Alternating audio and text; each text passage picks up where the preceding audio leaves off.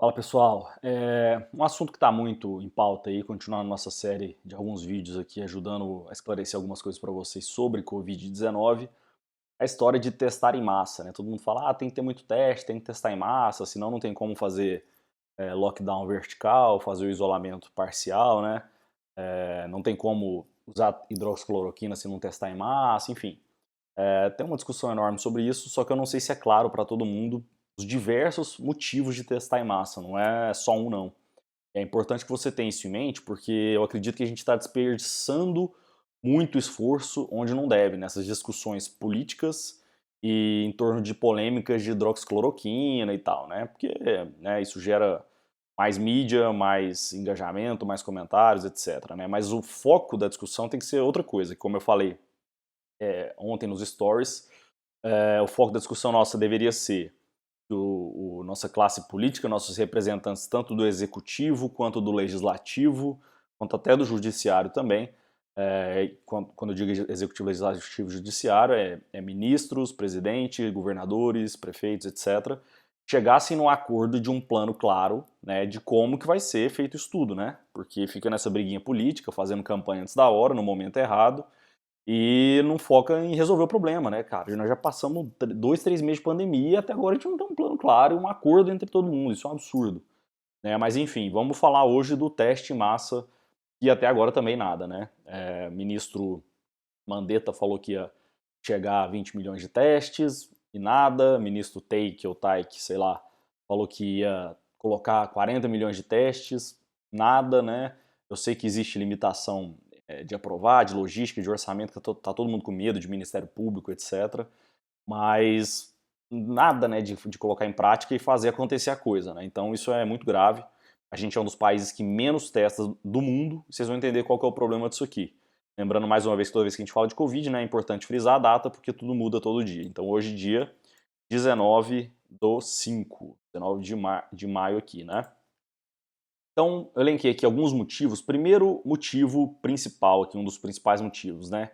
Quebra de cadeia de transmissão. Ou seja, o que a gente quer fazer? Limitar a transmissão desse vírus. Então, como que limita isso? Identifica quem tem o vírus, né? E tenta ou tratar essa pessoa precocemente e isolar ela também, né? E conseguir rastrear com quem ela teve contato para que isso não se dissemine. Porque existe aquele efeito exponencial.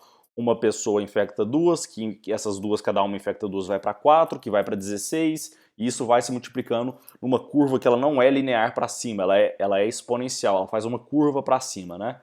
Então esse é o grande problema, e por isso que até agora, como a gente não tem um plano claro, tá fazendo lockdown, isolamento, né? Muito mal feito, muito mal direcionado, mal sabe se orientar a população de como que usa uma máscara, comunicação muito mal feita, né? Sem se contaminar, o jeito certo de usar, nem isso as pessoas sabem, e muito culpa da comunicação, né? Dos responsáveis por isso, né? Mas quais são as 3 frentes de velocidade de quebra dessa cadeia de transmissão que o teste é importante, né? Primeiro, a gente tem que identificar os casos sintomáticos e tratar precocemente, né? Porque não adianta você falar, vamos supor que todo mundo chegue num acordo, não, vamos dar hidroxicloroquina para todo mundo em fase precoce, né? Isso não é consenso, né? Não é a discussão desse vídeo aqui específico, né? Quem quiser ver um estudo científico sobre isso está num vídeo aí anterior. Mas não adianta se você não tiver teste, né? Você vai ficar dando para todo mundo só sintomático, igual o estudo da Prevent Senior fez ali. Inviável, né? Economicamente difícil, médico também provavelmente não vai querer dar uma medicação desnecessariamente para um paciente sem o risco, né? Alguns até podem, sem ter a confirmação, alguns podem até dar, mas não tem jeito. A maioria dos estudos deram hidroxicloroquina, por exemplo, para o paciente com PCR confirmado, né? E se a gente não tem confirmação, só na rede privada, só para funcionário de saúde ou para paciente que já está internado, esse paciente sintomático e que transmite para outras pessoas está transmitindo, né? A gente não sabe disso aí, né? Segundo ponto, para ajudar no rastreamento dos grupos que tiveram contato com esse indivíduo, né? Que é outra coisa importante, que é muito feito em países desenvolvidos. Aqui a gente não, muito longe de fazer isso, né? Anos-luz de distância de fazer isso, mas alguns países desenvolvidos têm aplicativo.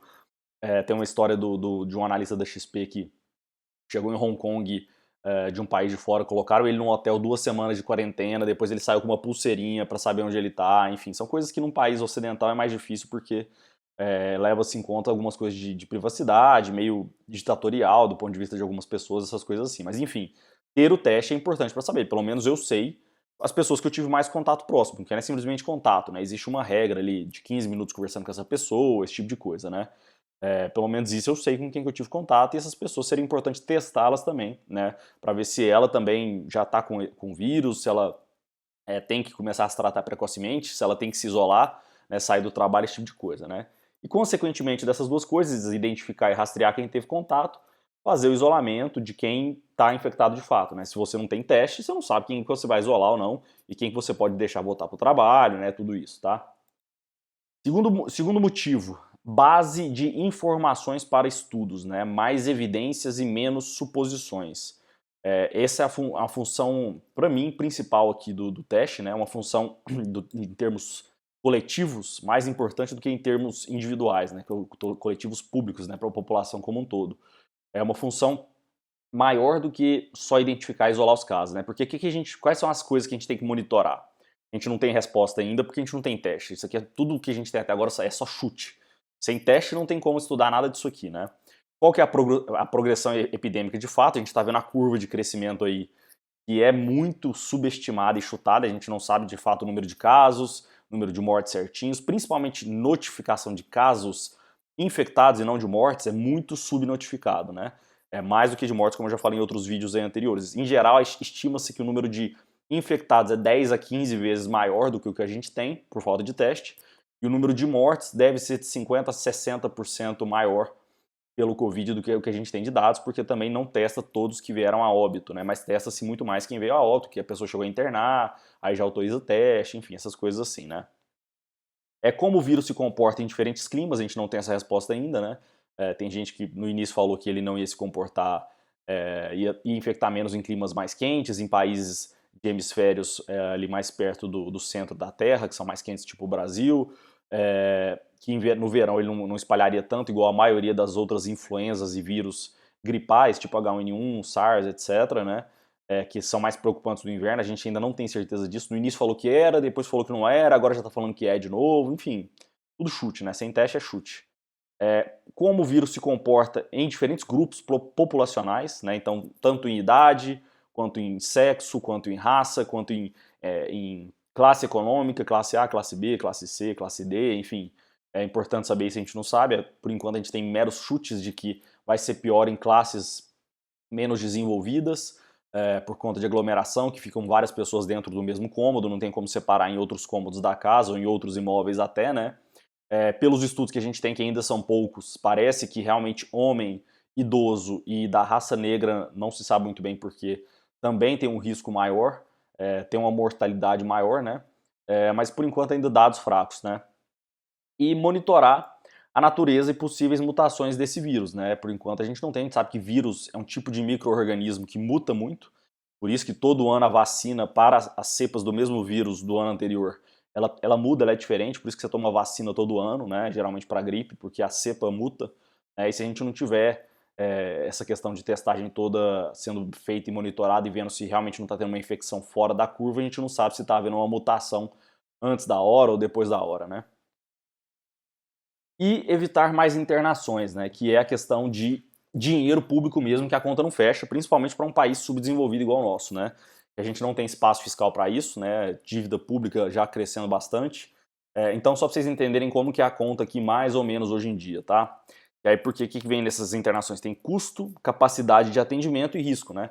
Como eu falei para vocês nos vídeos anteriores, a mortalidade quando a pessoa interna sobe muito, quando ela vai para a UTI, então, sobe muito mais, que a mortalidade é bem baixa quando a pessoa só está com coronavírus, é menos de 1%, né?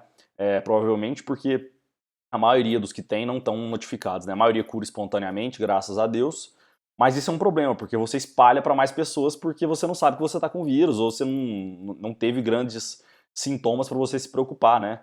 E isso faz com que você espalhe mais, diferente de outros vírus mais agressivos, tipo Ebola, H1N1, eles espalham menos por conta disso, né?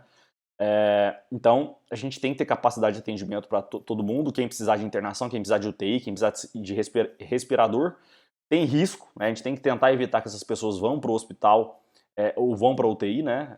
Se tiver grave não tem jeito, tem que ir para lá, senão vai vir a óbito ou vai agravar muito mais, né? Agora, se puder conseguir tratar antes, melhor, né?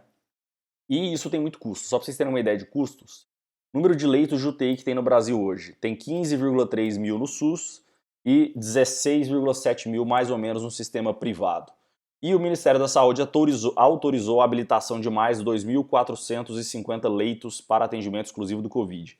Aí vem outro problema de falta de testagem, porque tem lugares do Brasil que estão precisando muito mais de leito, né, tipo Norte, Nordeste, porque lá o pico atingiu mais rápido e tem muito menos leitos de UTI. E tem lugares tipo Sul, Sudeste, até o Centro-Oeste também, alguns lugares, que está ocioso o leito, né? Você tem 20%, 30% da capacidade de leitos separados para Covid ocupado, o resto está tudo vazio. Né? Então você tem esse desbalanceamento por falta de teste, você tem que direcionar o esforço para onde está tendo mais problema, para onde a capacidade é menor, para onde está tendo mais caso, né? Sem teste, tiro no escuro, né? Como que funciona essa disponibilidade de leitos, né? Com a suspensão das cirurgias eletivas, o que é um problema também para o mercado de saúde, o meu no caso, que é o hospital, você tem uma verba bastante diminuída, né? Porque cedeu mais de 60% dos leitos para Covid, disponíveis para Covid, né? Então a gente tem mais ou menos, juntando todos esses leitos aqui, uma capacidade de tratar até 463 mil infectados simultaneamente, né? Se tivesse 2.540 leitos de fato prontos, né? Porque tem muitos que estão prontos, mas ainda falta alguns equipamentos, etc. E porque estão estruturados no lugar errado e não precisa dele ali, né? Mas se não tivesse esses 2.450 leitos, seria mais ou menos 408 mil infectados simultaneamente. O que a gente tem hoje? Nós temos 271 mil confirmados, menos 107 mil curados, então a gente tem mais ou menos 164 mil infectados simultaneamente. De 164 mil para 408 parece longe, mas por uma curva que é exponencial, lembra? Não é tão longe assim, principalmente no momento que a gente está sem direção nenhuma de acordo político mesmo entre governadores, executivo, presidente, ministros, etc. Né? Então isso é um grave risco, né? E por que a gente falou nesse número aqui de 463 mil ou 408 mil com esse tanto de leito de UTI que tem aqui? Porque mais ou menos 4,7% dos infectados precisariam de UTI, né? Então, nesse caso aqui de 463 mil, seria mais ou menos 21, 22 mil ali infectados. E como a gente tem aqui mais ou menos 32 mil leitos, né? E 60% está disponível para Covid, 32 mais 2.500 aqui, então 34.500, né?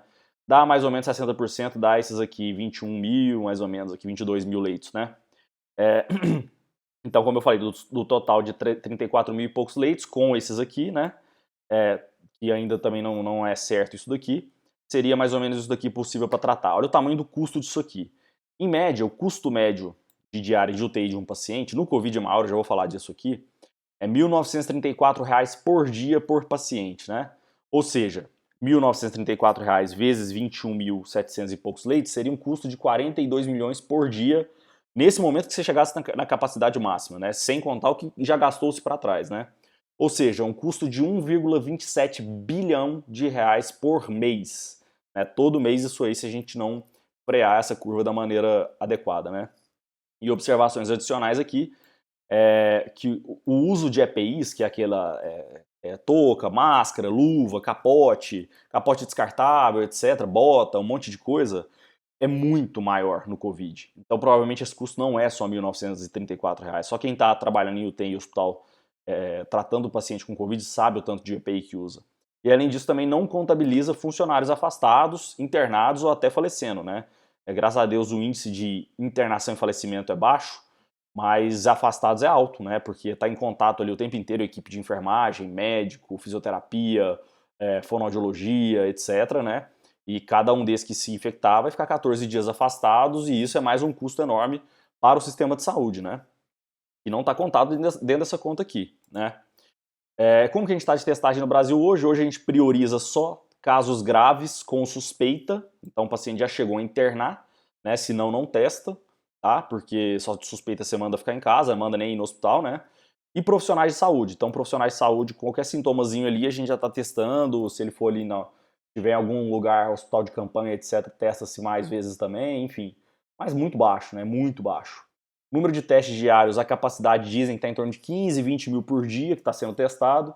que vai aumentar para 50 mil por dia, né? Como eu falei, teve essa história aí dos ministros, um falando que ia trazer 20 milhões, outro falando que ia trazer 40 milhões, e ninguém resolve o problema, né? Cada um com as suas desculpas, de que tem Ministério Público, de que não pode comprar, de que não tem as coisas que vindo da China, enfim, justificativa todo mundo tem pra tudo, né? Eu quero ver quem vai resolver, né? Então, resumindo, são essas três coisas aqui, como eu falei, né? Evitar mais internações, porque tem custo e risco, né, para as pessoas. Motivo 2, base de informação para estudos, mais evidências e menos suposições. E motivo 3, quebra dessa cadeia de transmissão que só é possível com testagem de verdade, né? Então foi isso, espero que ajude vocês, né? Compartilhe aí com os amigos, né, pra gente ter mais informação de qualidade nesses tempos turbulentos. Dá sua opinião aí, nós estamos 100% abertos aqui, né, pessoal, cada vez tendo uma discussão mais interessante. E, mais uma vez, lembrando, save the date aí, dia 3 de junho, nós temos nosso desafio anticrise de 7 dias de lives e aulas e materiais gratuitos para vocês, tudo 100% online. Tem um link na bio aí para você se inscrever e participar, tá? Então é isso, um abraço para todo mundo.